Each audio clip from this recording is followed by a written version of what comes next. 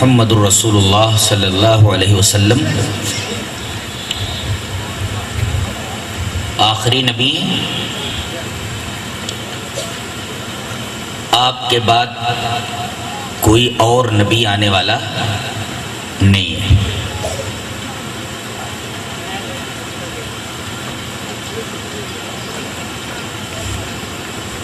دلیل یہ حدیث پاک. وعن جبیر بن مطعم رضی اللہ تعالی عنہ ان النبی صلی اللہ علیہ وسلم قال انا محمد وانا احمد وانا الماحی الذي يمحى بي الكفر وانا الحاشر الذي يحشر الناس على عقبي وانا العاقب والعاقب لیس بعدہ نبی. رواہ مسلم فی کتاب الفضائل. امام مسلم اس حدیث پاک کو مسلم شریف میں کتاب الفضائل میں ایسے لائیں. حضرت جبیر بن مطعم فرماتے ہیں کہ رسول اللہ صلی اللہ علیہ وسلم نے ارشاد فرمایا کہ میرا ایک نام محمد ہے، میرا ایک نام احمد ہے، اور میری ایک صفت ماہی ہے. اور آپ نے ماہی کی تفسیر فرمائی کہ میرے ذریعے کفر مٹا دیا جائے گا. اور آپ نے اپنی ایک اور صفت بتائی کہ میں حاشر ہوں. حاشر مانے جمع کرنے والا، لوگوں کو میرے پیچھے میدان محشر میں جمع کیا جائے گا. اور آپ نے فرمایا میں عاقب ہوں، اور عاقب کی تفسیر آپ نے خود فرمائی والعاقب لیس بعدہ نبی. عاقب وہ ہوتا ہے جس کے بعد کوئی نبی نہیں ہوتا. اس کا مطلب ہمارے نبی کے بعد اب قیامت تک کوئی نبی آنے والا نہیں ہے.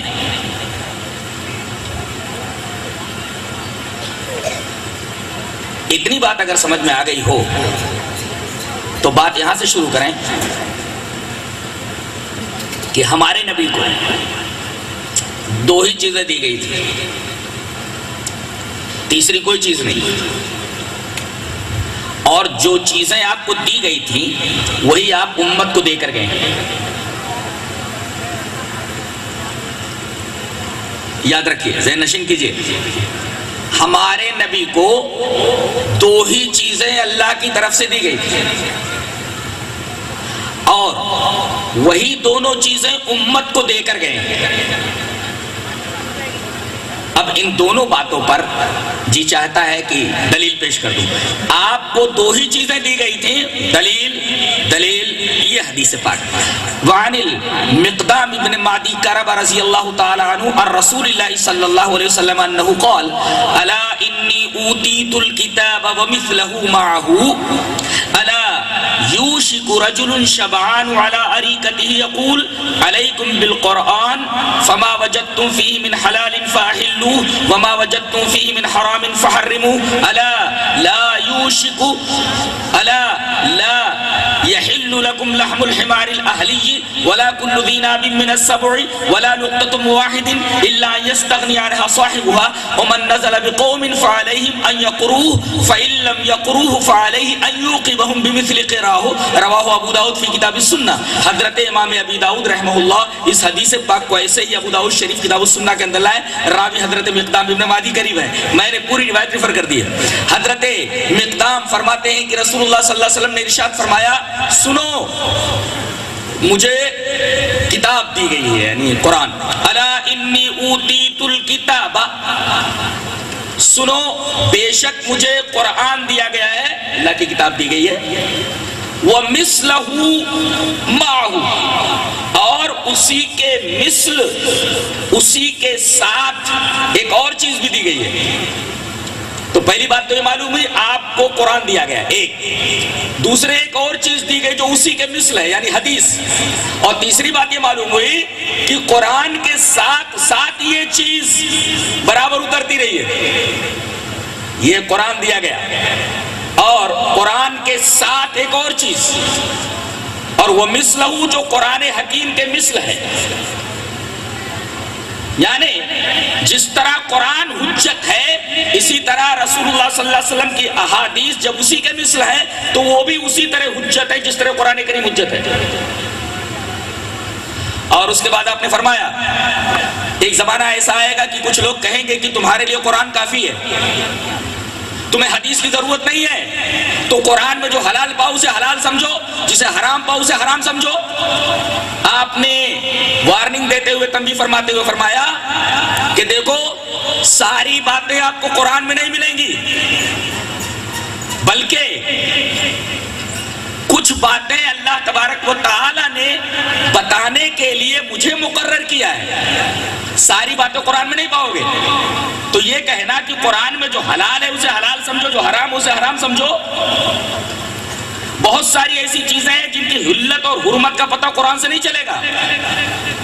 اور ایک زمانہ ایسا آئے گا کہ ایک پیٹ بھرا آدمی اپنے چپر کھٹ کے اوپر ٹیک لگائے ہوئے بولے گا کہ قرآن کافی ہے تمہارے لیے، حدیث کی ضرورت نہیں ہے. جو قرآن میں حلال پاؤ اسے حلال سمجھو، جو حرام پاؤ اسے حرام سمجھو، قرآن کے علاوہ کسی اور چیز کی ضرورت نہیں ہے. آپ نے فرمایا الا لا یحل لکم لحم الحمار الاہلی، پالتو گدھے کا گوشت حلال نہیں ہے. اشارہ اس بات کی طرف ہے کہ اگر تم سے کوئی یہ پوچھے کہ گدھے کا گوشت کھانا حلال ہے یا حرام ہے تو قرآن میں کہیں اس کا تذکرہ نہیں ہے. تو جو لوگ حدیث کو نہیں مانتے وہ گدھے کا گوشت کھائیں. تو بہت ساری چیزوں کی حلت اور حرمت کے بارے میں قرآن حکیم خاموش ہے. نبی نے اسے بتایا ہے. سن 7 ہجری تک پالتو گدھے کا گوشت حلال تھا. سن 7 ہجری میں جنگ خیبر کے موقع پر جناب محمد رسول اللہ صلی اللہ علیہ وسلم کے پاس جبرائیل آئے اور کہا کہ اے اللہ کے رسول، اب تک پالتو گدھے کا گوشت کھانا حلال تھا، اب اللہ نے یہ فرما دیا ہے کہ گدھے کا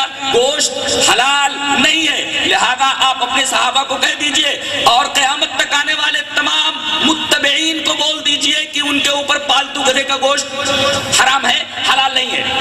الا لا یحل لکم لحم الحمار الاہلی، پالتو گدھے کا گوشت حلال نہیں ہے. ظاہر ہے کہ جو صرف قرآن کو مانتا حدیث کو نہیں مانتا وہ ثابت نہیں کر سکتا کہ گدھے کا گوشت حلال ہے یا حرام ہے، لہذا حدیث کو ماننا لازم ہوا. آپ نے ایک مثال دی کہ صرف قرآن کافی نہیں ہے، اس لیے کہ اللہ نے صرف قرآن نہیں دیا ہے مجھے، اس کے ساتھ حدیث دی ہے. جب دونوں کو مانو گے تب مسلمان ہوگے. صرف قرآن کو ماننے سے مسلمان نہیں ہوتا. جیسے صرف لا الہ الا اللہ کہنے سے آدمی مسلمان نہیں ہوتا، اس کے ساتھ محمد الرسول اللہ کا ماننا بھی ضروری ہے. ایسے ہی آدمی یہ کہے میں صرف قرآن کو مان لوں اور مسلمان ہو جاؤں، ایسا نہیں ہو سکتا جب تک کہ آدمی حدیث کو نہ مانے.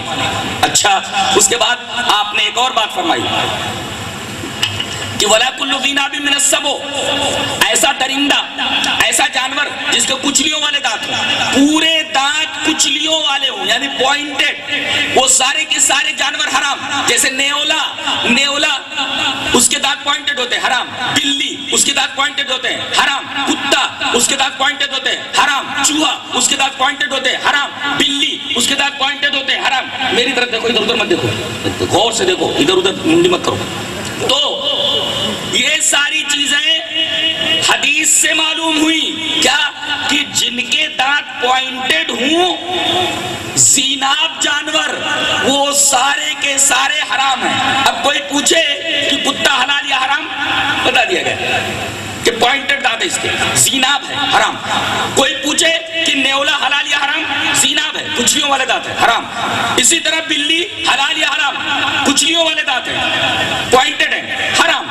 اسی طرح چوہا حلال یا حرام، بتا دیا کہ زیناب ہے، پوائنٹڈ دانت ہے اس کے. کلو ذیناب من السبع. اب یہ ساری تفصیلات اگر آپ قرآن میں ڈھونڈنے جائیں تو قرآن میں نہیں ملے گا. نبی کریم صلی اللہ علیہ وسلم نے فرمایا کہ قرآن کے ساتھ ساتھ مجھے ایک اور چیز بھی دی گئی ہے، حدیث.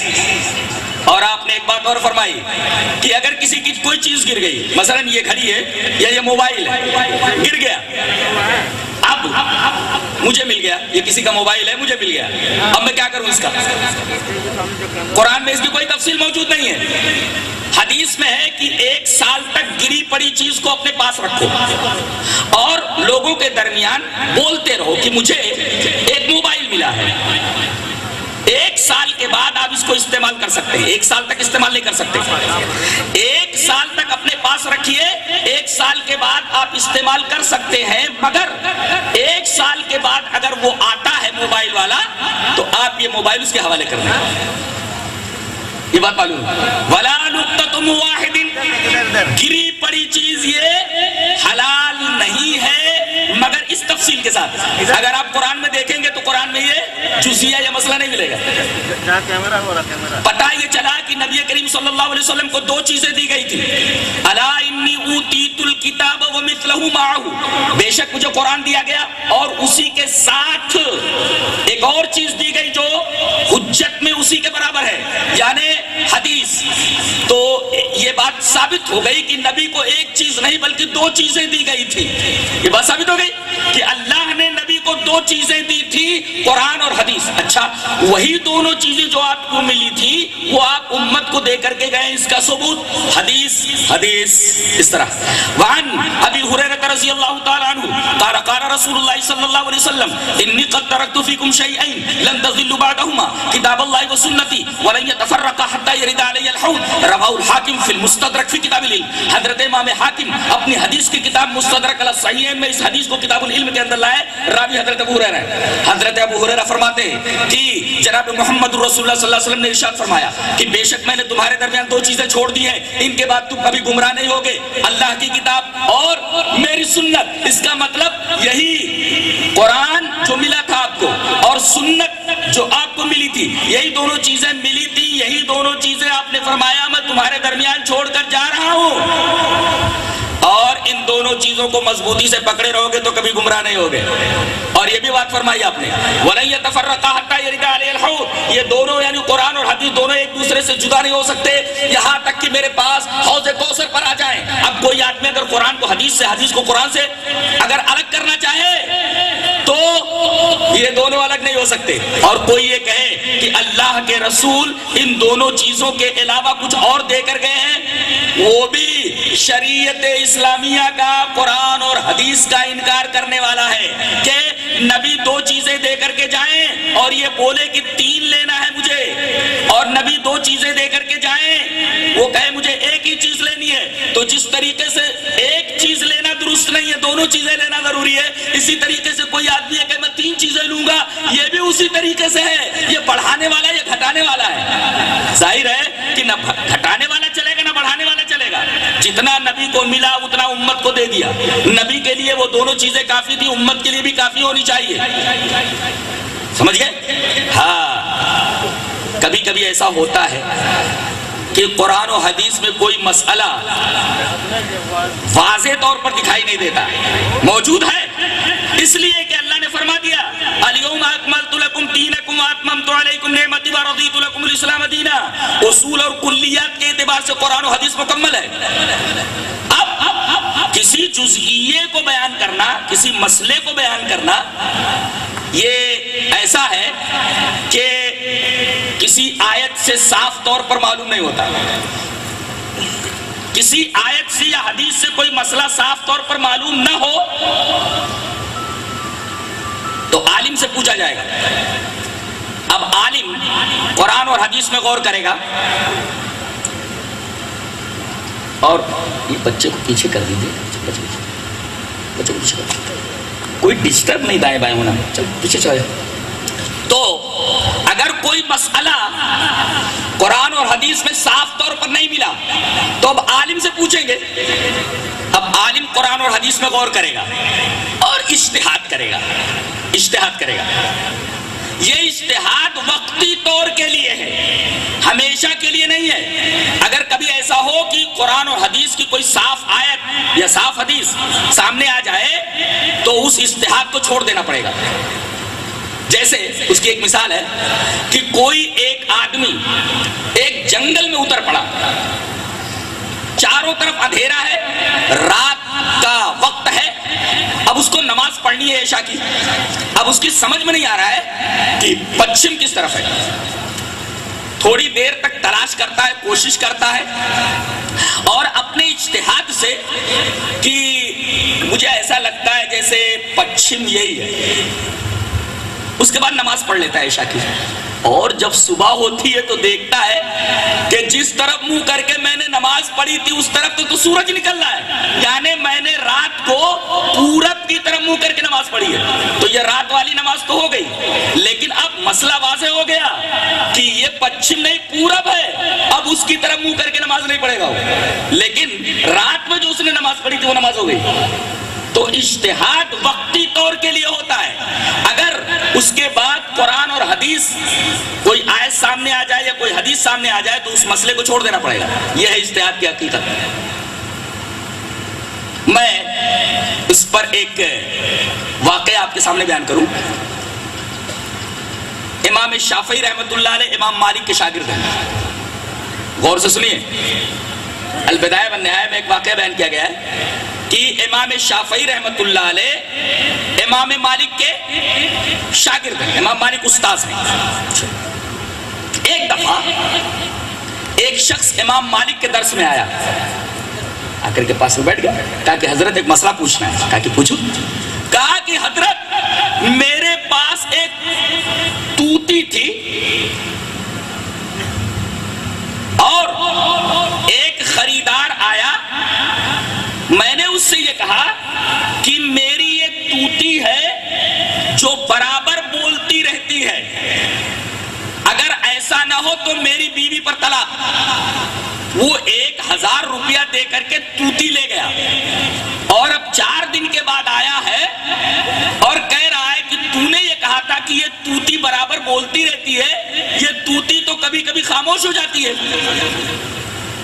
لہذا یہ طوطی اپنے پاس رکھ اور میرا 1000 روپیہ واپس دے دے۔ تو میں نے طوطی تو لے لی، 1000 روپیہ بھی دے دیا، لیکن حضرت معاملہ بیوی کا ہے، میں نے یہ کہا تھا کہ یہ طوطی برابر بولتی رہتی ہے، اگر ایسا نہ ہو تو میری بیوی پر طلاق۔ حضرت طوطی تو میں نے لے لیا اور 1000 روپیہ اس کو دے دیا، لیکن اب یہ بتائیے میری بیوی پر طلاق پڑی کہ نہیں پڑی؟ امام مالک نے یہ کہا کہ تو نے یہ کہا تھا کہ یہ طوطی برابر بولتی رہتی ہے اور اگر ایسا نہ ہو تو میری بیوی پر طلاق، اور طوطی کبھی کبھی اب چپ ہو جاتی ہے۔ بولے ہاں ایسا تو ہے۔ کہا کہ تیری بیوی پر طلاق ہو گئی، ایک طلاق پڑ گئی۔ اب یہ بڑا پریشان ہوا، باہر جب نکلنے لگا تو امام شافعی رحمۃ اللہ علیہ اس کے پیچھے لگے، کہا کہ تم نے میرے استاد امام مالک سے کون سا مسئلہ پوچھا ہے؟ کہا کہ یہی مسئلہ، میرے پاس ایک طوطی تھی، ایک خریدار آیا، میں نے یہ کہا کہ میری یہ طوطی برابر بولتی رہتی ہے، 1000 روپیہ دے کر کے طوطی لے گیا، 4 دن بعد واپس لایا اور کہنے لگا یہ طوطی کبھی کبھی چپ ہو جاتی ہے، برابر بولتی ہے مگر کبھی کبھی چپ ہو جاتی ہے، اور میں نے یہ کہہ دیا تھا کہ اگر ایسا نہ ہو تو میری بیوی پر طلاق۔ اب وہ طوطی کبھی کبھی چپ ہو جاتی ہے، یہی مسئلہ پوچھنے کے لیے آیا تھا میں، میری بیوی پر طلاق پڑی کہ نہیں پڑی؟ امام شافعی رحمۃ اللہ نے فرمایا کہ پھر استاد محترم نے امام مالک نے کیا فتویٰ دیا؟ کہا کہ وہ بولے طلاق پڑ گئی، حضرت امام شافعی نے فرمایا طلاق نہیں ہوئی۔ دیکھیے یہ دو امام ہیں، امام شافعی کہہ رہے ہیں کہ طلاق نہیں ہوئی اور امام مالک کہہ رہے ہیں طلاق ہو گئی۔ اب بتائیے دونوں کی باتیں مان لی جائے، یا تو امام مالک کی بات صحیح ہے یا پھر امام شافعی کی بات صحیح ہے۔ امام مالک یہ فرما رہے کہ طلاق ہو گئی اور امام شافعی فرما رہے طلاق نہیں ہوئی، تو طلاق ہو گئی اور طلاق نہیں بھی ہوئی، یہ تو اجتماعی ضدین ہے، یہ کیسے ہو سکتا ہے؟ طلاق ہو بھی گئی، طلاق نہیں بھی ہوئی۔ اگر دونوں امام صحیح کہہ رہے ہیں اور دونوں کا اجتہاد صحیح ہے تو بتائیے طلاق ہو بھی گئی اور طلاق نہیں بھی ہوئی، یہ کیا ہے؟ ایک ہی بات صحیح ہو سکتی ہے، طلاق ہو گئی یا طلاق نہیں ہوئی۔ امام مالک نے کہا طلاق ہو گئی، امام شافعی دوسرا امام کہہ رہا ہے کہ طلاق نہیں ہوئی۔ اب وہ آدمی بڑا خوش ہوا، بھاگا بھاگا امام مالک کے پاس آیا اور کہا کہ حضرت آپ کہہ رہے طلاق ہو گئی لیکن آپ کا ایک شاگرد بولتا ہے طلاق نہیں ہوئی۔ کہا کون بولتا ہے؟ کہا کہ محمد ابن ادریس الشافعی۔ کہا کہ بلا کر کے لاؤ۔ امام شافعی لائے گئے، کہا کہ میرے بیٹے میرے بچے تو نے یہ کہا کہ طلاق نہیں ہوئی؟ کہا کہ ہاں میں بولتا ہوں کہ طلاق نہیں ہوئی۔ کہا کہ تیرے پاس دلیل کیا ہے طلاق نہ ہونے کی؟ حضرت نے فرمایا کہ میرے پاس ایک حدیث ہے۔ کہا کہ حدیث ہے تیرے پاس؟ کہا کہ ہاں میرے پاس حدیث ہے۔ کہا سناؤ۔ حضرت امام شافعی رحمۃ اللہ نے حدیث سنائی، وہ جو شافعی رحمۃ اللہ نے حدیث سنائی تھی میں آپ کو حدیث سنا رہا ہوں اور استدلال دیکھو۔ حدیث اس طرح وعن فاطمة بنت قيس رضي الله تعالى عنها أن أبا عمرو بن حفص طلقها البتة وهو غائب فأرسل إليها وكيله بشعير فسخطته فقال والله ما لك علينا من شيء فجاءت رسول الله صلى الله عليه وسلم فذكر ذلك له فقال ليس لك عليه نفقة فأمرها أن تعتد في بيت أم شريك ثم قال تلك امرأة يغشاها أصحابي فاعتدي عند ابن أم مكتوم فإنه رجل أعمى لتضعين ثيابك فلما حللت فآذنيني فلما حللت ذکرت ذلك ان ابا جہم ان معاویہ بن ابی سفیان و ابا جہم خطبانی فقال رسول اللہ صلی اللہ علیہ وسلم اما ابو جہم فلا يضع عصاه عن عاتقه واما معاویہ فصعلوک لا مال له انکہی اسامہ بن زید فکرہت ثم قال انکہی اسامہ فنکحته فجعل اللہ فی خیرا اخطبت رواہ مسلم فی کتاب الطلاق۔ حضرت امام مسلم اس پوری حدیث کو ایسے ہی کتاب الطلاق کے اندر لائے، آپ ٹیلی کر لو کہیں ادھر ادھر حدیث کے ایک لفظ میں فرق نہیں پائیں گے۔ حضرت فاطمہ بنت قیس فرماتی ہے کہ میرے شوہر نے ابو عمر حفص نے مجھے طلاق بتہ دے دی، 2 طلاقیں دے دی، اس کے بعد تیسری طلاق وکیل کے ذریعے بھیجا اور ساتھ ساتھ میں تھوڑا جو بھیجا۔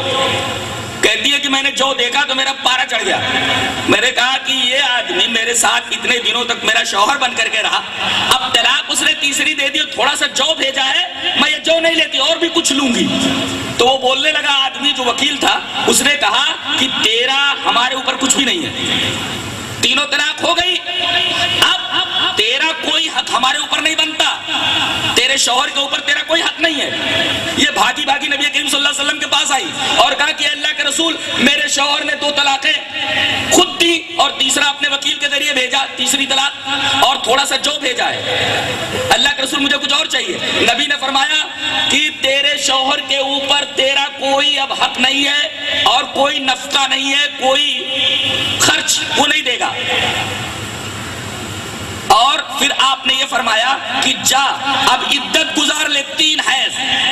ایک عورت ہے ام شریک، بڑی فیاض خاتون ہے، ان کے ہاں جا کر کے تو عدت گزار لے۔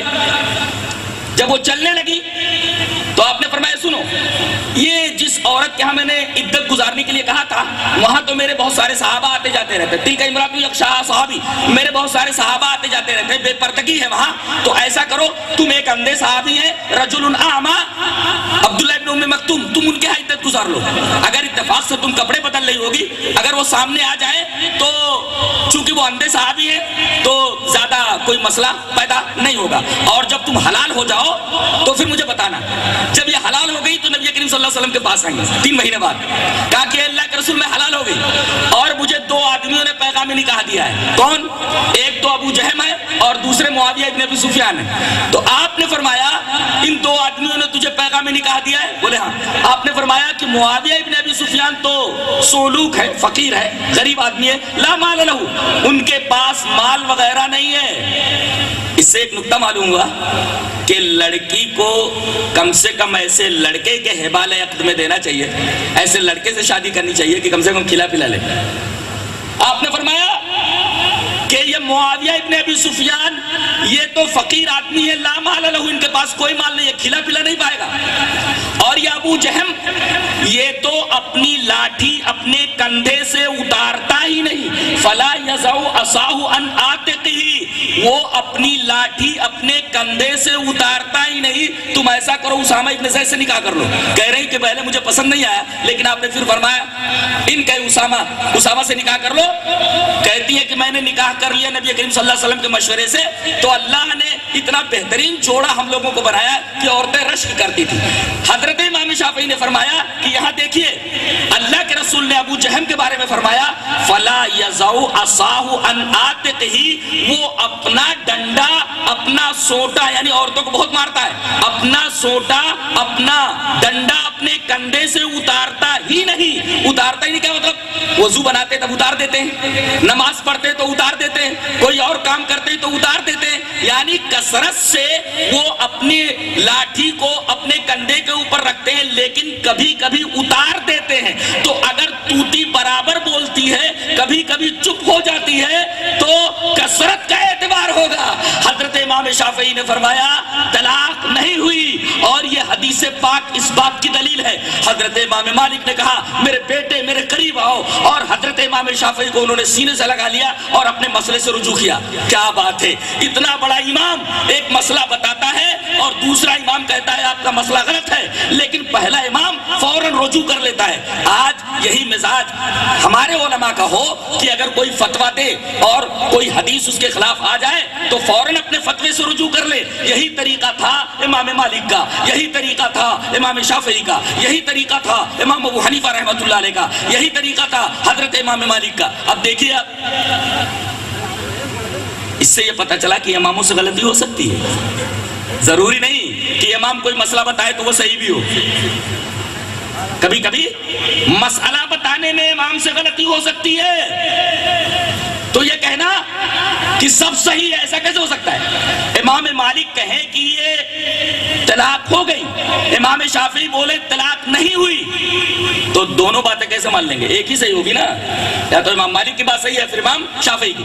اور امام شافعی نے کہا کہ میں نے یہ بات حدیث کی روشنی میں کہی ہے، اور جب حدیث انہوں نے پیش کی، استدلال پیش کیا، تو حضرت امام مالک رحمت اللہ علیہ نے اپنے مسئلے سے رجوع کیا۔ پتہ یہ چلا کہ مسئلہ بتانے کے بعد اگر کوئی حدیث آ جائے اس کے خلاف تو فوراً مفتی کو اپنے فتوے سے رجوع کر لینا چاہیے۔ اور یہ بھی معلوم ہوا کہ امام سے فتویٰ دینے میں غلطی ہو سکتی ہے، جیسا کہ امام مالک رحمت اللہ علیہ سے غلطی ہوئی، اور مسئلہ وہی مانا جائے گا، فتویٰ وہی تسلیم کیا جائے گا جو حدیث کے مطابق ہو۔ حضرت امام شافعی نے حدیث کی دلیل دی، تب امام مالک نے اس کو مانا۔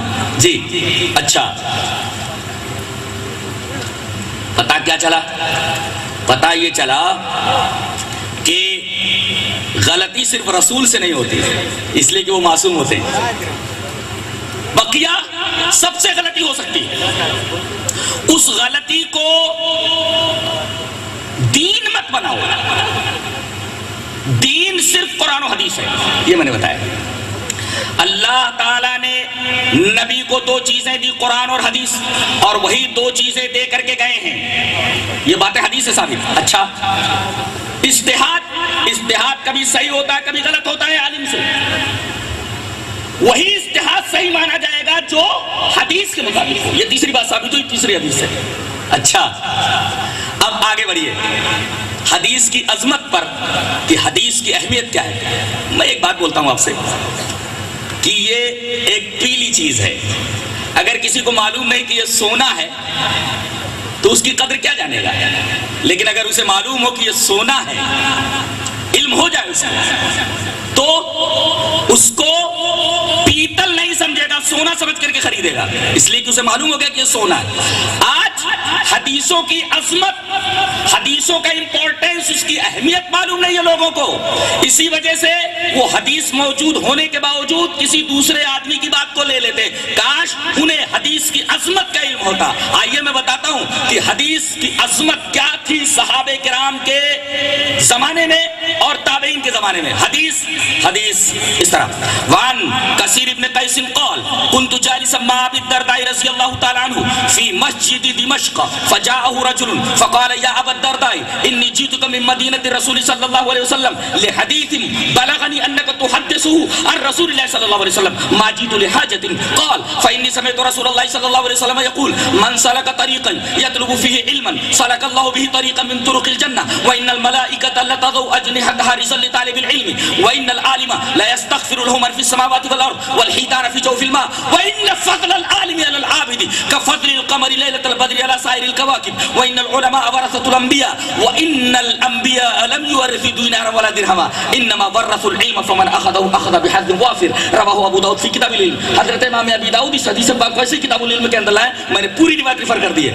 حدیث یاد نہیں ہوتی جلدی، یہ حدیث سے محبت کرنے والا ہی یاد کر سکتا ہے۔ لوگ گالیاں تو بک سکتے ہیں، لوگ ایران کی اور توران کی بات تو کر سکتے ہیں، لیکن حدیث پڑھنا یہ سب کے بس کا معاملہ نہیں ہے۔ یہ تو وہی پڑھ سکتا ہے جسے حدیث سے محبت ہو اور حدیث کی عظمت کا علم ہو۔ اب دیکھیں اس حدیث کے اندر کیا بات کہی گئی جو میں نے پڑھی، اور امام ابی داؤد اس حدیث کو کتاب العلم کے اندر لائے۔ حضرت کثیر ابن قیس کہتے ہیں کہ میں جامع مسجد دمشق، یہ دمشق کہاں معلوم ہے؟ یہ شام میں، اور آج بھی حکومت شام کا دارالسلطنت ہے، راجدھانی وہاں کی شام کی۔ یہ آدمی مسجد دمشق میں پہنچتا ہے، حضرت کثیر ابن قیس کہتے ہیں کہ میں مشہور صحابی حضرت ابو دردہ کے پاس بیٹھا ہوا تھا۔ اچھا، یہ آتا ہے، السلام علیکم، وعلیکم السلام، بیٹھو بیٹھے۔ کہاں سے آئے آپ؟ کہا کہ حضرت میں مدینہ سے آیا ہوں، انی جیتک من مدینۃ الرسول صلی اللہ علیہ وسلم، میں آپ کے پاس مدینہ رسول سے چل کر کے آیا ہوں. ارے بولے مدینہ کہاں ہے, دمشق کہاں ہے, دوسری حکومت ہے یہ, شام الگ ہے, مدینہ الگ ہے, سینکڑوں میل کا فاصلہ ہے, اور آج کی طرح بسیں تو تھی نہیں, آج کی طرح پلین تو تھے نہیں, آج کی طرح تو اور ذرائع نقل و حمل تو تھے ہی نہیں. آدمی گدھے سے سفر کرتا تھا, خچر سے سفر کرتا تھا, گھوڑے سے سفر کرتا تھا, اسی طریقے سے اونٹ سے سفر کرتا تھا. اب بتائیے یہ ہزاروں کلومیٹر کا فاصلہ طے کر کے یہ آدمی مدینہ سے کہاں آیا ہے؟ دمشق آیا ہے. کس سے ملنے؟ حضرت ابو درداء ایک صحابی ہیں, ان سے ملنے کے لیے. کہا کہ حضرت بس آپ ہی سے ملنے کے لیے آیا ہوں. کہا کہ کیوں؟ مدینہ سے تم یہاں مجھ سے ملنے کے لیے آئے ہو؟ کھائے کے لیے بھائی. انہوں نے کہا کہ حضرت انی جیتک من مدینۃ الرسول صلی اللہ علیہ وسلم لحدیث, ایک حدیث کے لیے آیا ہوں. اللہ اکبر.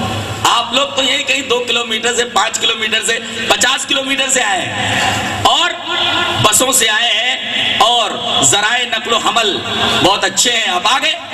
یہ آدمی مدینہ سے چل کر دمشق جاتا ہے, اور آپ کو ایک بیٹھک میں علماء 20 حدیث 50 حدیث آپ کو سنا دیتے ہیں. یہ آدمی مدینہ سے سفر کر کے دمشق آتا ہے, ہزاروں کلومیٹر کا فاصلہ طے کر کے. کائے کے لیے وہ خود بتاتا ہے, انی جیتک من مدینۃ الرسول صلی اللہ علیہ وسلم, میں رسول اللہ صلی اللہ علیہ وسلم کے شہر مدینہ سے آیا ہوں. کائے کے لیے؟ لحدیث, ایک حدیث کے لیے, خالی صرف ایک حدیث کے لیے. کیسے؟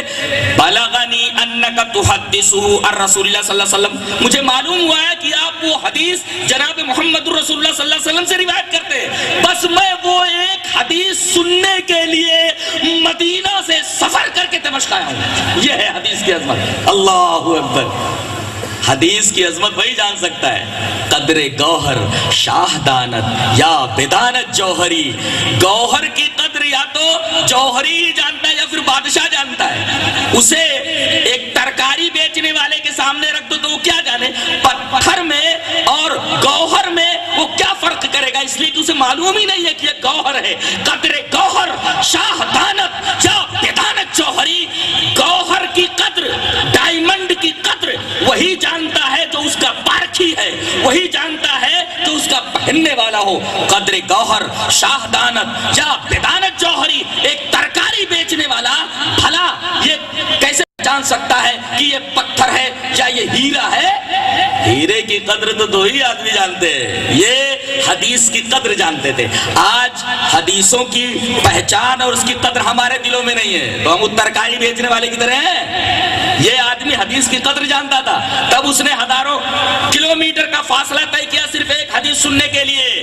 حضرت ابو درداء حیران ہیں. پہلے جو وہ حدیث اس نے پوچھا تھا اس کو تو بعد میں آپ نے بتایا, پہلے یہ بتایا کہ تم یہ جو حدیث لینے کے لیے آئے ہو اس کی فضیلت بتاتا ہوں میں. آپ نے فرمایا فإنی سمعت رسول اللہ صلی اللہ علیہ وسلم یقول, بے شک میں نے جناب محمد رسول اللہ صلی اللہ علیہ وسلم کو یہ فرماتے سنا ہے کہ من سلک طریقا یطلب فیہ علما, جو آدمی کوئی راستہ چلے اور مقصد ہو قرآن کا علم حاصل کرنے کا, مقصد ہو حدیث کا علم حاصل کرنے کا, تو وہ راستے پر نہیں چل رہا ہے بلکہ جنت کے راستے پر چل رہا ہے. اللہ, جو آدمی حدیث کے لیے راستہ طے کرے تو وہ راستہ حدیث کی تلاش کا ڈائریکٹ جنت کی طرف جاتا ہے. آپ خوش ہو جائیے, حدیث کی عظمت آپ کو معلوم ہو گئی کہ حدیث حاصل کرنے کے لیے آپ جس راستے پر چل کر آئے ہیں, در حقیقت حدیث حاصل کرنے کا وہ راستہ جنت کا راستہ ہے. یہ بات جناب محمد رسول اللہ صلی اللہ علیہ وسلم نے ہمیں بتائی. یہ ہے حدیث کی عظمت پر دوسری دلیل کہ ایک آدمی ہزاروں کلومیٹر کا فاصلہ طے کر کے صرف حدیث سننے کے لیے آتا ہے صحابی سے. اور حضرت ابو درداء ایک حدیث سناتے ہیں کہ جناب محمد رسول اللہ صلی اللہ علیہ وسلم کو میں نے یہ بیان فرماتے سنا کہ جو آدمی قرآن اور حدیث کا علم حاصل کرنے کے لیے کسی راستے پر چلتا ہے تو در حقیقت وہ راستہ جس پر وہ چلتا ہے وہ جنت کا راستہ ہے. حدیث کی عظمت پر یہ دوسری دلیل. تیسرے, وَإِنَّ الْمَلَائِكَةَ لَتَضَعُ أَجْنِحَتَهَا لِرِجَالِ طَالِبِ الْعِلْمِ, قرآن اور حدیث کا علم حاصل کرنے کے لیے اگر کوئی آدمی چلتا ہے تو ایک نوری مخلوق فرشتے اس کے پیروں کے نیچے پر بچھاتے ہیں. یہ حدیث کی عظمت پر تیسری دلیل. اور وَإِنَّ الْعَالِمَ لَا يَسْتَغْفِرُ لَهُ مَنْ فِي السَّمَاوَاتِ وَالْأَرْضِ, قرآن اور حدیث کا جاننے والا عالم اس کے لیے کائنات میں آسمانوں میں جو مخلوق ہے نوری مخلوق وہ مغفرت کی دعا کرتی ہے, زمین پر جو مخلوقات ہے وہ دعا کرتی ہے کس کی؟ مغفرت کی, کہ اے اللہ قرآن اور حدیث کے جاننے والے سے اگر کوئی غلطی ہو جائے تو اس کی غلطی معاف کر دینا. تو یہ ہوا آسمانوں کا معاملہ, یہ ہوا زمین کا معاملہ, پانی کا معاملہ. والحیتان فی جوف الماء, حوت کی جمع حیتان, حیتان مانے مچھلیاں, مچھلیاں دعا کرتی ہیں پانی میں کہ اے اللہ قرآن اور حدیث کے جاننے والے سے اگر کوئی غلطی ہو جائے تو اس کو معاف کر دینا. یہ حدیث کی عظمت پر چوتھی دلیل. اور وَإِنَّ فَضْلَ الْعَالِمِ عَلَى الْعَابِدِ كَفَضْلِ الْقَمَرِ لَيْلَةَ الْبَدْرِ عَلَى سَائِرِ الْكَوَاكِبِ. جناب محمد رسول اللہ صلی اللہ علیہ وسلم فرمایا ایک آدمی تہجد کی نماز پڑھتا ہے, ایک آدمی پانچوں وقت کی نمازوں کا پابند ہے, ایک آدمی پورے رمضان کے روزے رکھتا ہے, ساتھ میں ہر مہینے ایام 20 کے روزے رکھتا ہے, جمعرات کے روزے رکھتا ہے, پیر کے روزے رکھتا ہے, بہت بڑا عابد ہے, برابر نمازیں پڑھتا ہے, بہت بڑا پرہیزگار ہے. وہ ایک طرف, عالم ایک طرف, دونوں میں فرق کیا فرمایا؟ وَإِنَّ فَضْلَ الْعَالِمِ عَلَى الْعَابِدِ كَفَضْلِ الْقَمَرِ لَيْلَةَ الْبَدْرِ عَلَى سَائِرِ الْكَوَاكِبِ. جیسا کہ 14ویں رات کا چاند نکلا ہوا ہو تو دیگر جو ستارے ہیں وہ اس کے سامنے بالکل ہیچ نظر آتے ہیں, ایسے ہی ایک عالم کی فضیلت ایک عابد کے اوپر ہے. ایک طرف پرہیزگار ہے, دوسری طرف عالم ہے. عالم کو کہا گیا کہ یہ 14ویں رات کے چاند کی طرح ہے, اور عابد کو کہا گیا ٹمٹماتے ستارے کی طرح ہے. اس کا مطلب یہ ہوا کہ عالم کے مقابلے میں عابد کی حیثیت بہت کم ہے. یہ علم کی فضیلت پر پانچویں دلیل ہے. اور آگے آپ نے فرمایا وَإِنَّ الْعُلَمَاءَ وَرَثَةُ الْأَنْبِيَاءِ, قرآن اور حدیث کا علم رکھنے والے عالم لوگ یہ انبیاء کے وارثین ہیں. کیا مطلب؟ ہم لوگ جب مرتے ہیں تو جائیداد چھوڑ کر کے جاتے ہیں, پیسہ چھوڑ کر جاتے ہیں, زمینیں چھوڑ کر جاتے ہیں, مکانات چھوڑ کر کے جاتے ہیں. بعد میں وارثین کو یہ ساری چیزیں مل جاتی ہیں, تقسیم ہو جاتی ہے. لیکن انبیاء وہ مقدس گروہ ہیں کہ یہ جب اس دنیا سے جاتے ہیں تو پھر یہ مال چھوڑ کر نہیں جاتے, مال چھوڑ کر کے نہیں جاتے. کیا چھوڑ کر جاتے ہیں؟ علم چھوڑ کر جاتے ہیں, قرآن کا علم, حدیث کا علم. اللہ گویا انبیاء کرام کا ورثہ قرآن اور حدیث کا علم ہے. یہ علم قرآن اور علم حدیث پر چھٹی دلیل. اور فرمایا گیا وَإِنَّ الْأَنْبِيَاءَ لَمْ يُوَرِثُوا دِينَارًا وَلَا دِرْهَمًا, انبیاء پیسہ جائیداد یہ وراثت میں چھوڑ کر نہیں جاتے. انما ورثوا العلم, علم کو چھوڑ کر جاتے. کون سا علم؟ قرآن کا علم اور حدیث کا علم. ارے جو نبی چھوڑ کر ورثہ جائے, جو نبی کی وراثت ہو اس کو جو لے, فمن اخذہ اخذ بحظ وافر, جس کو جتنا یہ علم مل گیا اتنا بڑا خوش نصیب, اتنا بڑا لکی. یہ حدیث اور قرآن کی عظمت پر ساتویں دلیل ہے. ایک حدیث کے اندر اللہ کے رسول صلی اللہ علیہ وسلم نے قرآن اور حدیث کے علم کے اس کی اہمیت اور اس کی فضیلت کو کس طرح واضح طور پر بیان فرمایا. یہ ہے علم قرآن اور علم حدیث کی فضیلت. اچھا آئیے ایک بہت عجیب و غریب حدیث سناتا ہوں. سناؤ جی, پڑھتا ہوں حدیث. وعن عبداللہ ابن مسعود رضی اللہ تعالیٰ عنہ قال لعن اللہ الواشمات والمتشمات والمتنمصات والمتفلجات للحسن المغيرات خلق الله فبلغ ذلك امرأة من بني أسد يقال لها أم يعقوب فجاءت فقالت إنه بلغني أنك لعنت كيت وكيت فقال وما لي لا ألعن ما لعن رسول الله صلى الله عليه وسلم ومن هو في كتاب الله فقالت لقد رأيت ما بين اللوحين فما وجدت فيه ما تقول. قال لئن كنت قرأتي لقد وجدتيه أما قرأت وما آتاكم الرسول فخذوه وما نهاكم عنه فانتهوا. قالت بلى فإني أرى أهلك يفعلونه. قال فاذهبي فانظري. فذهبت فنظرت فلم تر من حاجتها شيئا. فقال لو كانت كذلك ما جامعتها. رواه البخاری في كتاب التفسير. حضرت امام بخاری سے حدیث پاک کو ایسے ہی کتاب تفسیر کے اندر لائے. ایک صفحے کی پوری روایت میں نے پڑھ دی ہے جیسا کہ میری عادت ہے. حضرت عبداللہ ابن مسعود فرماتے ہیں کہ اللہ نے لعنت کی ہے گودنا گودنے والی عورت کے اوپر, اللہ نے لعنت کی ہے گودنا گودوانے والی عورت پر, اللہ نے لعنت کی ہے حسن کے لیے, خوبصورتی کے لیے دانتوں کے درمیان شگاف کرنے والی عورت کے اوپر, اور اللہ نے لعنت کی ہے بھاؤں کے بال اکھاڑنے والی عورت کے اوپر, اور اسی طرح اللہ نے لعنت کی ہے تخلیق کو, اللہ کی تخلیق کو بدلنے والی عورت, یعنی اللہ نے لڑکی بنایا تھا لڑکا بننے لگی. یہ تغییر لخلق اللہ ہے. اب یہ مسئلہ انہوں نے بیان کیا, کس نے؟ حضرت عبداللہ ابن مسعود نے, کہ ان کے اوپر اللہ نے لعنت بھیجی ہے. اللہ نے لعنت بھیجی. ایک عورت تھی جس کا نام ام یعقوب تھا. فبلغ ذلك امرأة من بني اسد يقال لها ام یعقوب. ایک عورت بنو اسد کی, قبیلے بنو اسد کی ایک عورت تھی ام یعقوب. اس کو جب یہ مسئلہ معلوم ہوا تو دوڑی دوڑی آئی, حضرت عبداللہ ابن مسعود سے کہا کہ سنا ہے آپ ایسا ایسا فتویٰ دیتے, انہو بلغنی انک لعنت کیت وکیت, آپ ایسا ایسا مسئلہ بیان کرتے. بولے ہاں کیوں نہ میں کروں, ومن ہو فی کتاب اللہ, جو کتاب اللہ میں. وہ عورت کہنے لگی لقد قرأت ما بین اللوحین فما وجدت فیما تقول. ارے میں نے پورا قرآن پڑھ ڈالا لیکن جو آپ مسئلہ بیان کر رہے ہو مسئلہ ہے نہیں. کہتے ہیں لوگ تقلید کرتے تھے صحابہ کی. یہ بولیے ایک عورت تقلید کرنے کے لیے راضی نہیں ہے. ایک عورت تقلید کر. یہ عبداللہ ابن مسعود کتنے بڑے صحابی ہیں, کتنے بڑے عالم ہیں بتائیے. صحابی ہیں وہ بھی بہت بڑے عالم صحابی ہیں. اب ظاہر ہے کہ انہوں نے ایک مسئلہ بتا دیا, اس عورت کو چپ چاپ مان لینا تھا. تقلید کہتے ہیں چپ چاپ مان لو. وہ عورت بول رہی ہے دلیل لاؤ. اللہ آپ جو بیان کر رہے ہیں کہ قرآن میں ہے لقد قرأت ما بین اللوحین, میں نے پورا قرآن پڑھ ڈالا ہے. فما وجدت فیما تقول, جو آپ بول رہے وہ ہے نہیں.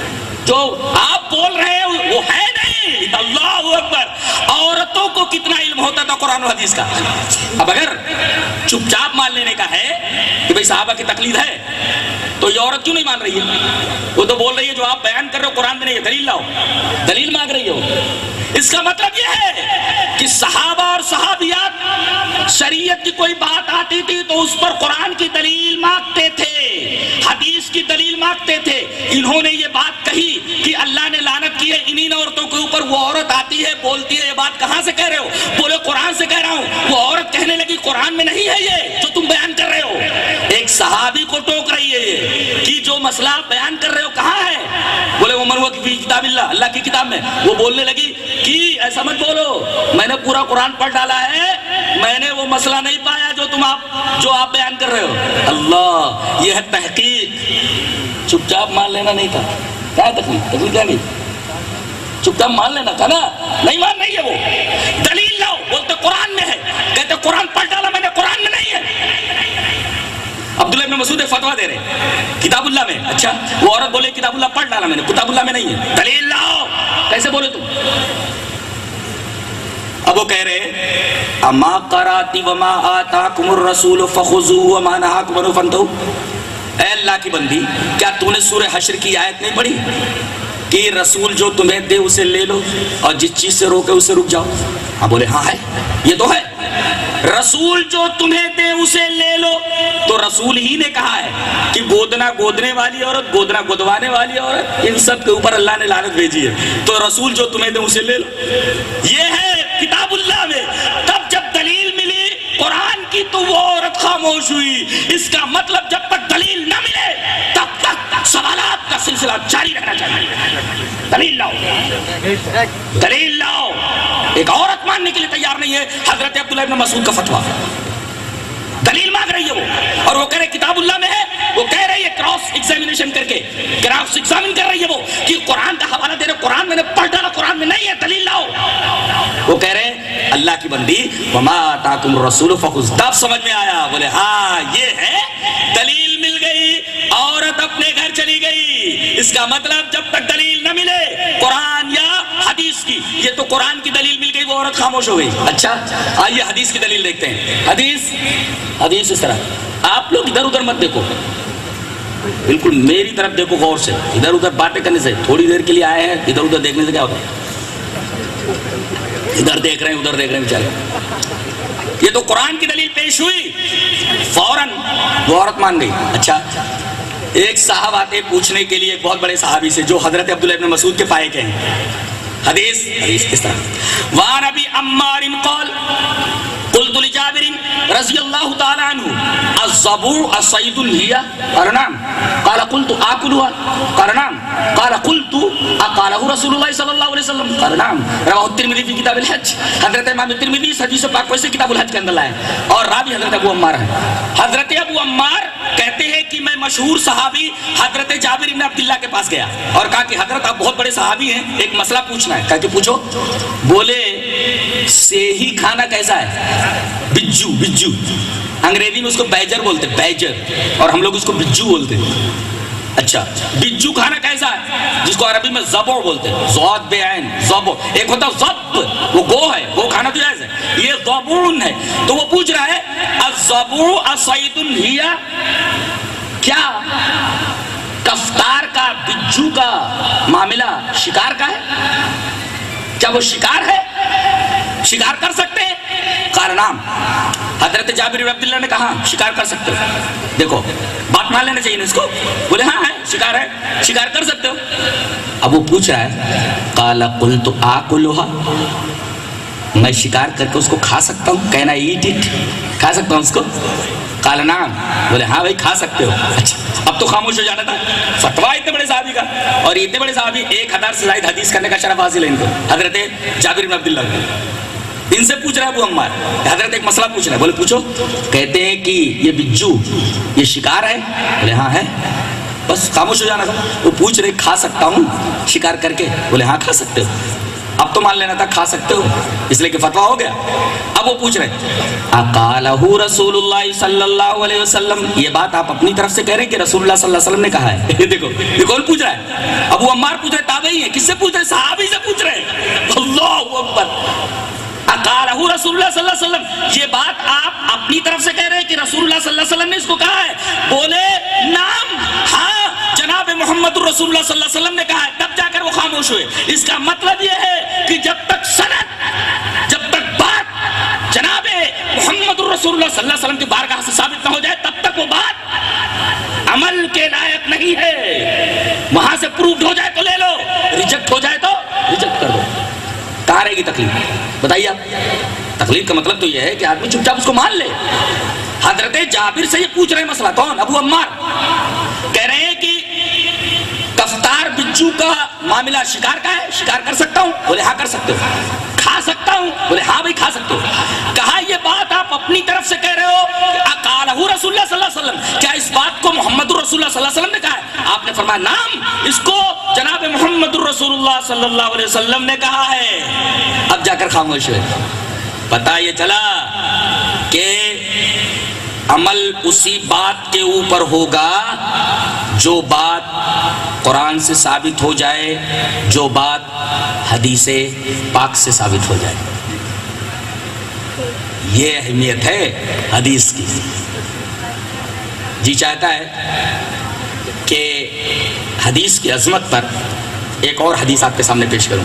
حدیث اس طرح وعن قیس بن ثابت رضی اللہ تعالیٰ عنہ قال سمعت رسول اللہ صلی اللہ علیہ وسلم یقول نظر اللہ عمران سمع منا حدیثا فحفظه حتى يبلغه فرب حامل فقہ الى من هو افقہ منه ورب حامل فقہ ليس بفقہ رواہ ابو داؤد فی کتاب العلم. حضرت امام ابو داؤد اس حدیث پاک کو کتاب العلم کے اندر لائے. راوی حضرت زید بن ثابت ہیں. حضرت زید بن ثابت فرماتے ہیں کہ بے شک میں نے جناب محمد رسول اللہ صلی اللہ علیہ وسلم کو یہ بیان فرماتے سنا کہ اللہ اس آدمی کو تر و تازہ رکھے. یہ دعا ہے نبی کی. سمجھ میں آ رہی ہے بات؟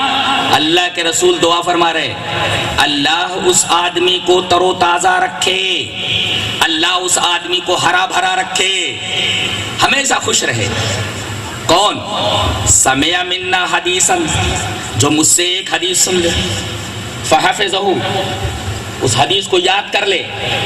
سمع منا حدیثا, ایک حدیث کو سنے, فحفظہ, اس حدیث کو یاد کر لے, حتی یبلغہ, اور اس حدیث کو لوگوں تک پہنچا دے. تو ایسے آدمی کے لیے میری دعا ہے کہ وہ ہمیشہ تر و تازہ رہے. اب بتائیے حدیث کو یاد کرنا, ایک حدیث کے یاد کرنے کی یہ فضیلت ہے, تو جو بہت ساری حدیثیں لوگ یاد کرتے ہیں ان کی کتنی بڑی فضیلت ہے. اللہ کے رسول نے فرمایا اللہ اس آدمی کو ہرا بھرا رکھے, تر و تازہ رکھے, خوش و خرم رکھے, ہمیشہ خوش رہے. جو آدمی میری ایک حدیث کو سنے, اس کو یاد کرے اور اسے لوگوں تک پہنچا دے.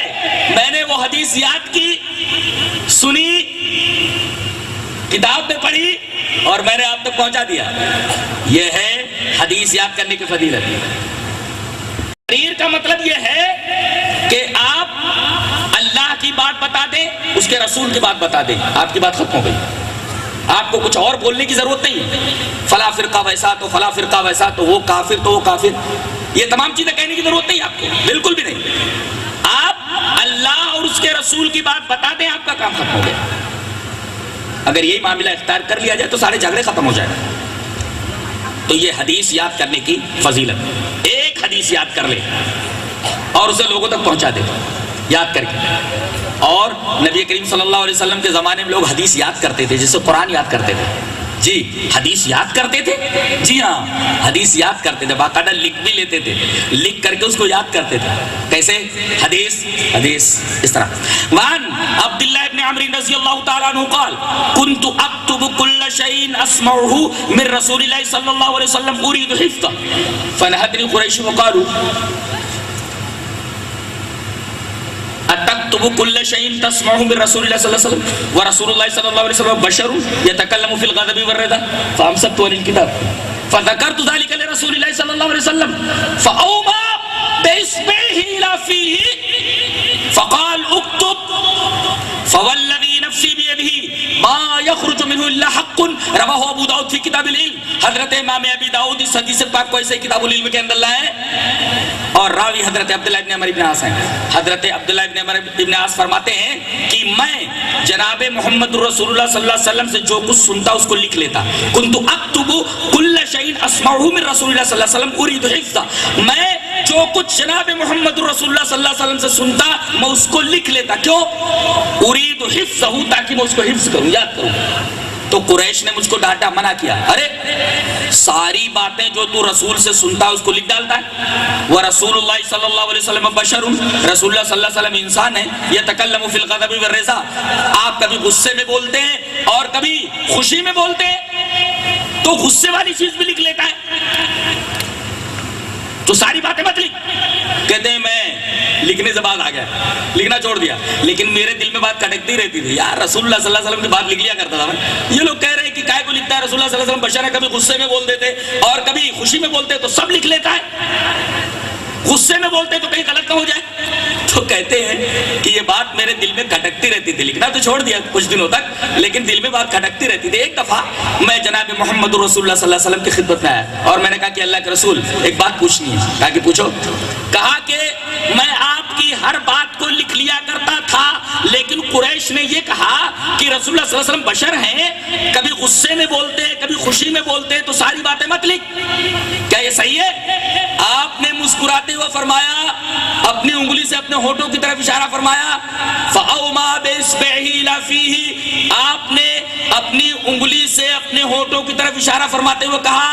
فَقَالْ اُكْتُبْ, لکھتا رہے, میں جو بولوں لکھ.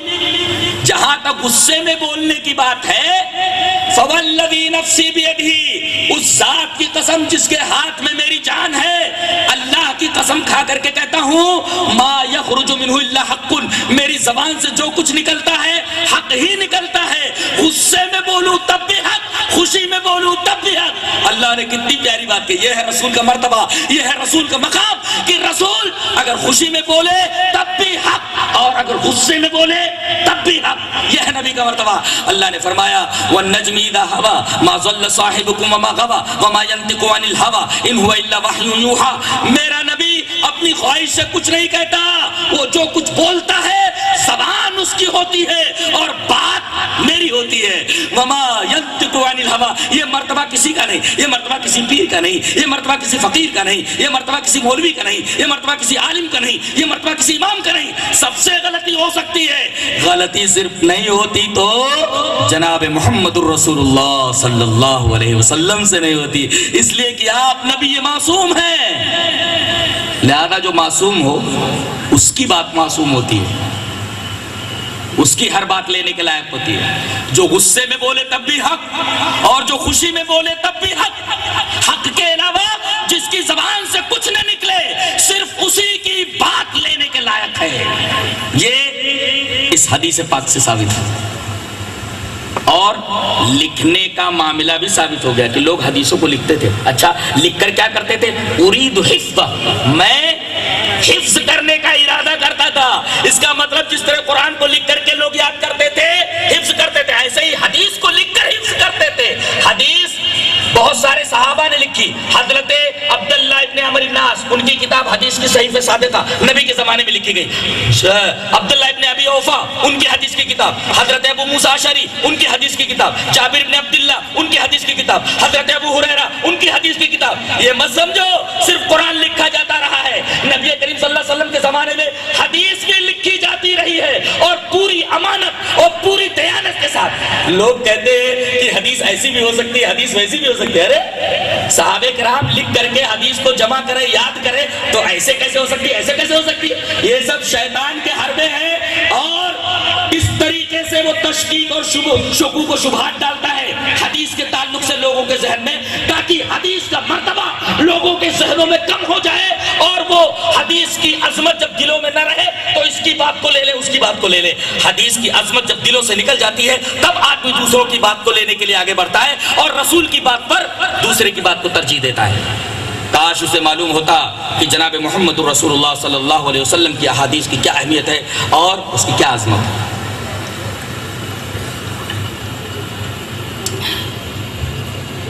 آپ کی حدیث کی عظمت پر جی چاہتا ہے ایک اور حدیث آپ کے سامنے پیش کروں. حدیث کی طرح وعن عبداللہ بن مسعود رضی اللہ تعالیٰ عنہ قال لما قبض رسول اللہ صلی اللہ علیہ وسلم فقالت الانصار منا امیر ومنکم امیر فجاء عمر فقال ألستم تعلمون أن رسول الله صلى الله عليه وسلم قد أمر أبا بكر أن يصلي بالناس فأيكم تطيب نفسه أن يتقدم أبا بكر قالوا نعوذ بالله أن نتقدم أبا بكر رواه النسائی في کتاب الامامہ. حضرت امام نسائی رحمۃ اللہ علیہ اس کو کتاب الامامہ کے اندر لائے. راوی جیسا کہ معلوم ہوا حضرت عبداللہ بن مسعود رضی اللہ تعالیٰ عنہ. حضرت عبداللہ بن مسعود فرماتے ہیں کہ جب نبی کریم صلی اللہ علیہ وسلم اس دنیا سے تشریف لے گئے, آپ کی جان قبض کر لی گئی, تو اب مسئلہ خلافت کا چھڑا کہ اب نبی کے بعد خلیفہ کون ہوگا. نبی کا, نبی کے بعد اس امت کا خلیفہ کون ہوگا, آپس میں بحث ہونے لگی. قالت الانصار منا امیر ومنکم امیر.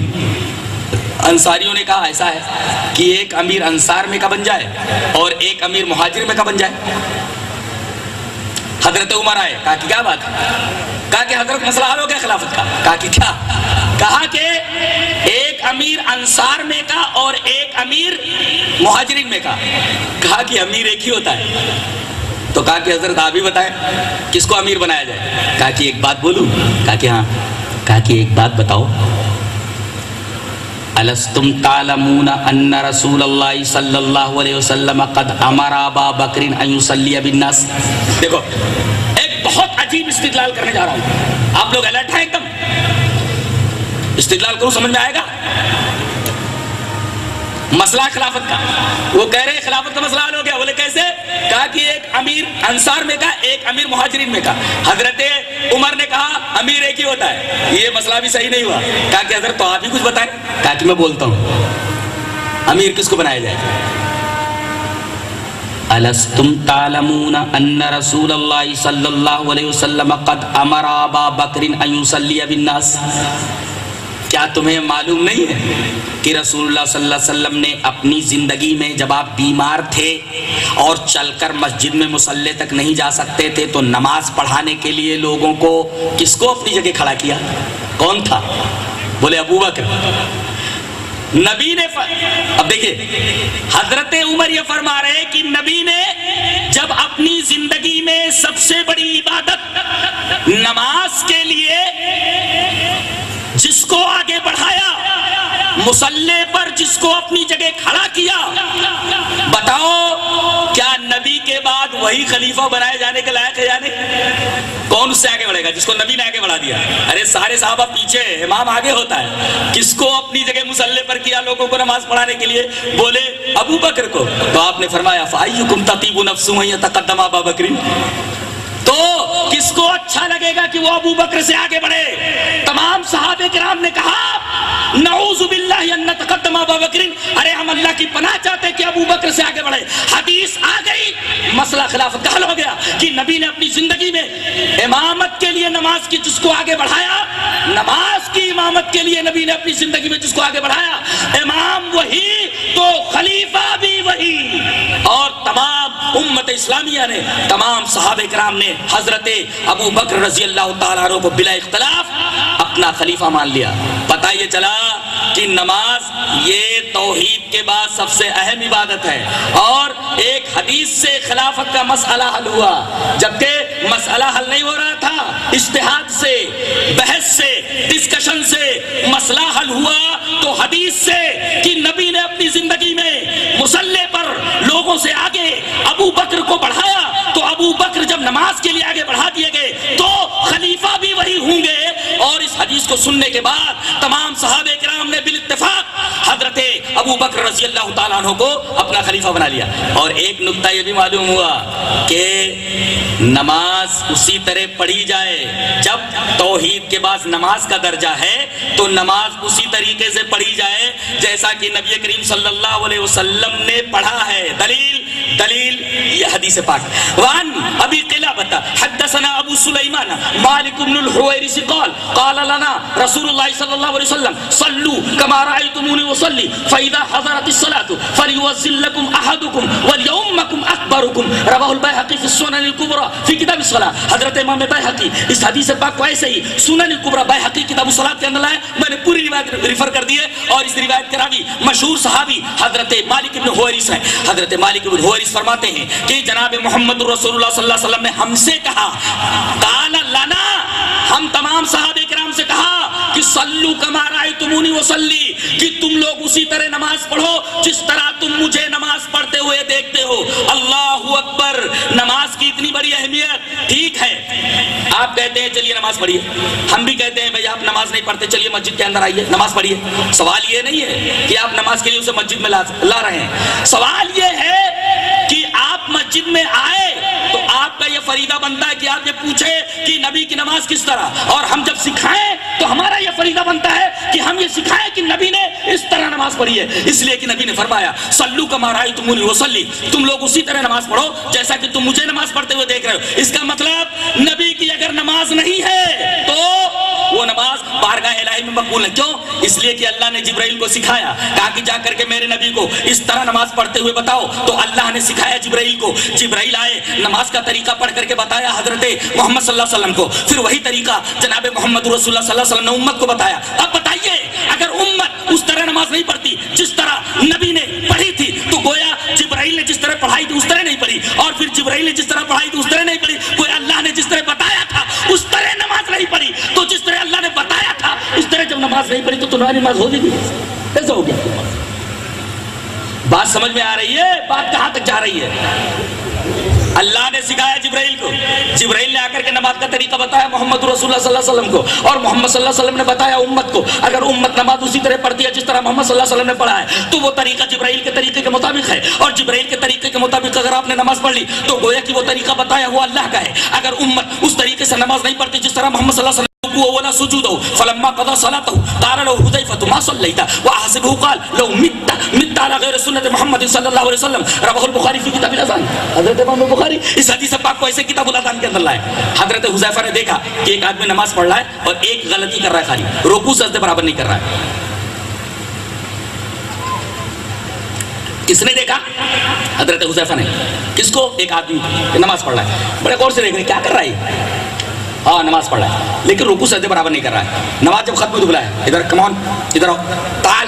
آیا, کیا کر رہے تھے حضرت؟ کہا کہ کنت اصلی, نماز پڑھ رہا تھا. بولے وہاں صلی اللہ تھا, تو نے نماز نہیں پڑھی.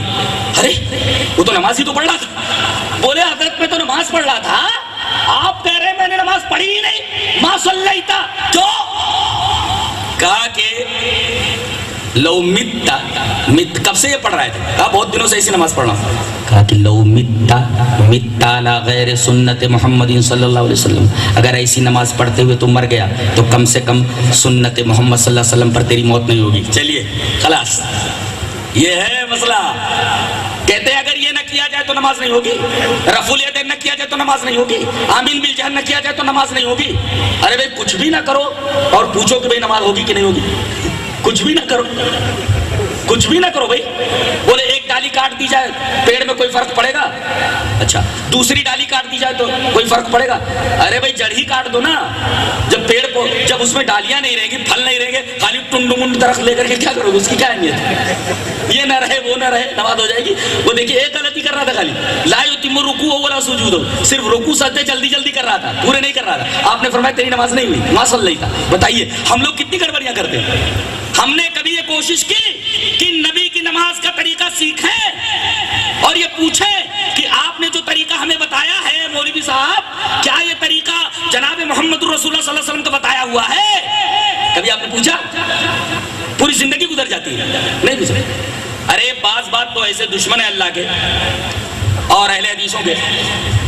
ایک صاحب زور زور سے انگلیاں ہلا رہے تھے ایسے ایسے جب ہم بیٹھتے ہیں 53 پر گرا لگاتے ہیں, یا ایسے رکھو یا ایسے رکھو, اور یہ انگلی تھوڑا کم ہو اور اس کو برابر ہلاتے رہو. تھوڑی دیر میں کہتے ہیں جی چاہتا ہے یہ جو انگلی بار بار ہلاتا ہے اس کو انگلی توڑ دوں. کیوں بھائی, کیوں انگلی توڑ دے گا بھائی, کیوں انگلی توڑ دے گا؟ یہ برابر ہلانا یہ تو حدیث سے ثابت ہے, یہ تو برابر ہلانا حدیث سے ثابت ہے. انگلی کو توڑ دے گا, حدیث میں ہے نا, اس وجہ سے وہ کر رہا ہے. دلیل دلیل یہ حدیث پاک ہے. وعن سعد بن ابی وقاص رضی اللہ تعالی عنہ قال مر علی النبی صلی اللہ علیہ وسلم وانا ادعو باصبعی فقال احد احد واشار بالسبابہ. رواہ ابو داؤد فی کتاب الصلاۃ. حضرت امام ابی داؤد اس حدیث پاک کو ایسے کتاب الصلاۃ کے اندر لائے. راوی حضرت سعد بن ابی وقاص ہیں. حضرت سعد بن ابی وقاص فرماتے ہیں کہ میں نماز پڑھ رہا تھا اور میں دونوں انگلیاں ہلا رہا تھا. کیسے بتاؤں میں آپ کو؟ ایسے بتاتا ہوں, ایسے یہ دونوں انگلی ایسے ایسے دونوں ہلا رہے تھے. اب نبی کریم صلی اللہ علیہ وسلم ادھر سے گزرے. مر علی النبی صلی اللہ علیہ وسلم, نبی کریم صلی اللہ علیہ وسلم میرے پاس سے گزرے, دیکھا کہ میں نماز میں تحیات میں دونوں انگلیاں ہلا رہا ہوں. آپ نے فرمایا احد احد. اگر عربی معلوم نہ ہو تو کیا پڑھے گا اس کو؟ بہت بہت پڑھے گا نا. زبر زیر نہ ہو تو کیا پڑھے گا اس کو؟ اگر زبر زیر نہ لگا ہو تو کیا پڑھے گا؟ اود اود. بعض لوگ ایسے ہی بیچارے, اکثر تو ایسے ہی بیچارے, ان کو کچھ آتا جاتا نہیں ہے. اور مسئلے ارے پوچھو نہیں, آتا جاتا کچھ نہیں ہے بیچاروں کو. اب وہ احد احد, ارے ایک کر لے اللہ کے بندے, ایک کر لے. یعنی آپ نے فرمایا ایک کر لے, یعنی واشارہ بالسبابہ, یہ سباب انگلی دینے آتے ہیں, یہ ہلا. تو حدیث دیکھیے, مر علی النبی صلی اللہ علیہ وسلم وانا ادعو باصبعی, میں دونوں انگلیاں ہلا رہا تھا دعا کرتے ہوئے. وانا ادعو باصبعی, اپنی دونوں انگلیوں کے ساتھ دعا کر رہا تھا. یعنی جیسے جیسے دعا تیسے تیسے انگلیوں کی حرکت. یہ معلوم ہے نا, وانا ادعو باصبعی, یہ ساتھ کے لیے, یعنی انگلیوں کے ساتھ ساتھ دعا ہے. یہ مطلب بے معنی سے بے الصاق کے لیے, یہ تو بچوں کو پڑھایا جاتا ہے. مر علی النبی صلی اللہ علیہ وسلم وانا ادعو باصبعی, میں اپنی دونوں انگلیوں کے ساتھ دعا پڑھ رہا تھا. کون سی دعا؟ التحیات للہ اللہم صلی علی محمد اللہم انی ظلمت نفسی اللہم انی اعوذ بک من عذاب جہنم وغیرہ. جیسے جیسے دعا تیسے تیسے انگلیوں کی حرکت. جی یہ ثابت ہے حدیث. کہا احد احد, ایک انگلی ہلا. وہ ایک انگلی کب تک ہلائیں گے؟ التحیات سے لے کر سلام پھیرنے تک. جب سلام پھیرنے لگے تب بند کیجئے, ورنہ انگلی برابر ہلتی رہے. اور دونوں انگلیاں نہیں, ایک انگلی ہلائیے اور 53 پر گرا لگائیے, ایسے تھوڑا خم کیجئے. یہ حدیث ہے. وہ کہہ رہا ہوں انگلی توڑ دینے کا جی چاہتے. ارے انگلی توڑ دینے. اچھا بعض تو اس طرح کا مذاق اڑاتے ہیں. ایک صاحب نے زور سے آمین کہہ دیا, بولے آمین, اس نے کہا غیر المغضوب علیہم ولا الضالین, تو بولتا ہے آمین. دوسرا بول رہا ہے تھامو زمین. کیا بول رہا؟ تھامو زمین. بتائیے یہ حدیث کا مذاق. یعنی گویا کہ آپ کو آمین سے چڑ ہے. ارے بھائی آپ بھی تو مانتے ہیں آمین بولنا چاہیے نا, آمین بولنا چاہیے. وہ تھوڑا زور سے بولتے تو اس میں چڑنے کی کون سی بات ہے؟ لمبا چوڑا کرنے کی کیا ضرورت ہے؟ ابھی آمین بولنا ہے نا, غیر المغضوب علیہم ولا الضالین, آمین بولنا ہے. دھیرے بولنا ہے, تھوڑا اس نے زور سے بول دیا تو پھر اس چڑھنے کی کون سی بات ہے؟ یا اس پر ہنگامہ کرنے کی کیا ضرورت ہے؟ یہ تو حدیث سے ثابت ہے. حدیث اس طرح. وعن عائشہ رضی اللہ تعالی عنہ عن النبی صلی اللہ علیہ وسلم قال ما حسدتكم اليهود على شيء ما حسدتكم على السلام والتامين. رواه ابن ماجہ فی باب اقامت الصلاۃ وسننها. حضرت امام ابن ماجہ رحمہ اللہ اس حدیث پاک کو کتاب الصلاۃ کے اندر لائے, اور راویہ حضرت عائشہ رضی اللہ تعالی عنہ نے, میں نے پوری روایت ریفر کر دی ہے. حضرت عائشہ رضی اللہ تعالی عنہ فرماتی ہے کہ نبی کریم صلی اللہ علیہ وسلم نے فرمایا کہ نبی کریم صلی اللہ علیہ وسلم کے زمانے میں یہودیوں کو دو چیزوں سے بڑی نفرت تھی اور بہت حسد کرتے تھے یہ مسلمانوں سے. ایک تو السلام علیکم پر, جیسے ایک مسلمان ملے دوسرے مسلمان سے تو بولے السلام علیکم, دوسرا مسلمان جواب دے وعلیکم السلام ورحمۃ اللہ وبرکاتہ, برابر.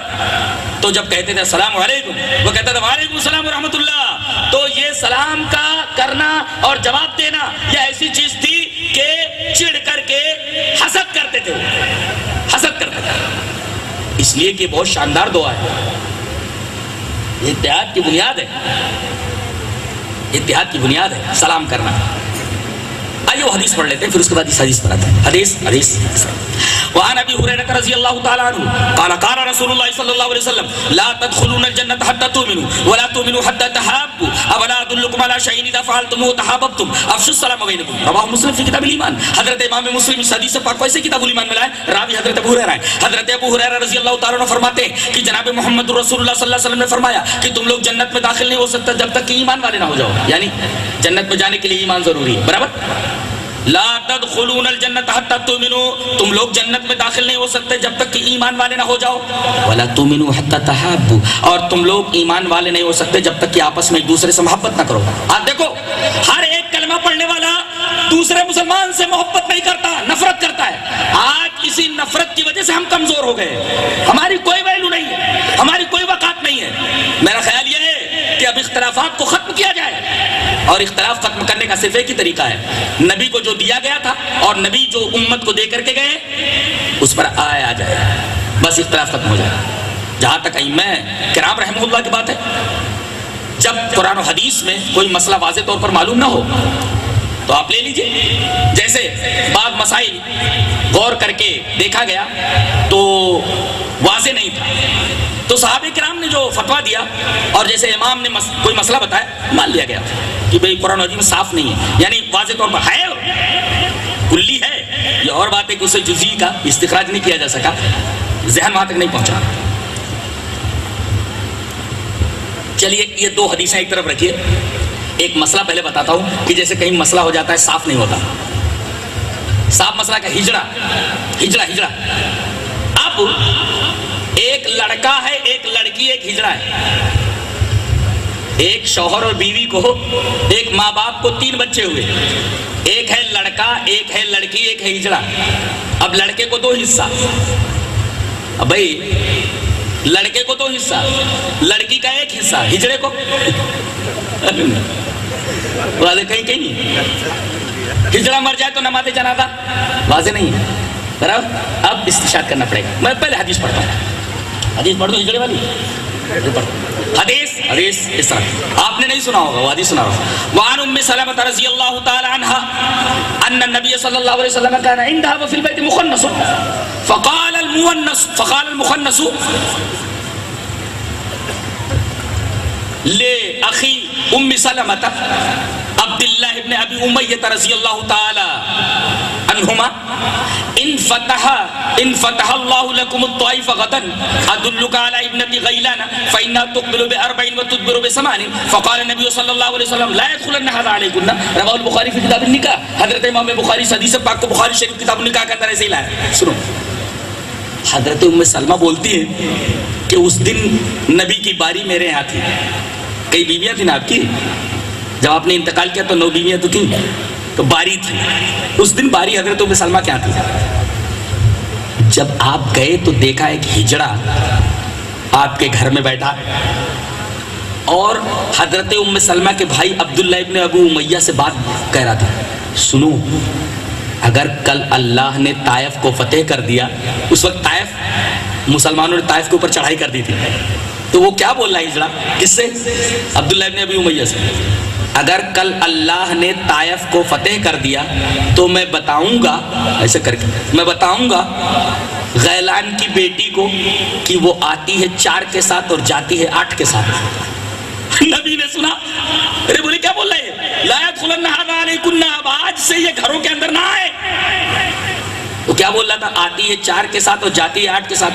عرب لوگ موٹی عورتیں پسند کرتے ہیں، تو اتنی موٹی کہ جب چلتی ہے تو آگے 4 لائنیں بن جاتی ہیں، 4 لائنیں، موٹی موٹی 4 لائنیں، اور جب پچھاڑی کرتی ہے تو پیچھے 8 لائنیں سے بن جاتی ہیں۔ فائل اتنی موٹی ہے وہ کہ چلتی ہے تو 4 کے ساتھ اور پچھاڑی اس کے 8 کے ساتھ۔ فَإِنَّهَا تُقْبِلُ ب40 وَتُدْبِرُ ب8۔ نبی کریم صلی اللہ علیہ وسلم وہ کہنے لگا کہ آتی ہے 4 کے ساتھ اور جاتی ہے 8 کے ساتھ، جب چلتی ہے تو اتنی موٹی ہے کہ 4 لائنیں ایسے آگے بن جاتی ہیں اور پیچھے 8 لائنیں، اتنی موٹی ایسے چلتی ہے۔ تو کہا کہ کل اللہ نے اگر طائف کو فتح کر دیا تو تو میں غیلان کی بیٹی کو اس ہجڑے نے کہیں دیکھ لیا تھا اس کو، اس لڑکی کو، آتی ہے 4 کے ساتھ اور جاتی ہے 8 کے ساتھ۔ نبی کریم صلی اللہ علیہ وسلم نے دیکھا کہ یہ تو سیکسی باتیں کر رہا ہے، آپ نے فرمایا لا يدخلن هذا علیکن، آج سے ہجڑے تمہارے گھر میں نہ آئیں، منع کر دیا۔